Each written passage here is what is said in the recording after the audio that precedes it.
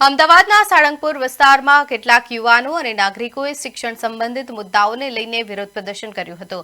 પ્રદર્શન દરમિયાન શિક્ષણ ક્ષેત્રમાં પારદર્શિતા અને જવાબદારીની માંગ સાથે સૂત્રોચ્ચાર કરવામાં આવ્યા હતા। પ્રદર્શનકારોએ સામાજિક કાર્યકર સોનમ વાંગચુકના સમર્થનમાં અવાજ ઉઠાવતા કેન્દ્રીય શિક્ષણ મંત્રીના રાજીનામાની પણ માંગ કરી હતી। પરીક્ષા પ્રણાલીમાં સુધારા, પારદર્શિતા અને જવાબદારી સુનિશ્ચિત કરવા સરકાર યોગ્ય પગલાં ભરે તેવી માંગ કરવામાં આવી હતી। સમગ્ર વિરોધ પ્રદર્શન શાંતિપૂર્ણ માહોલમાં યોજાયું।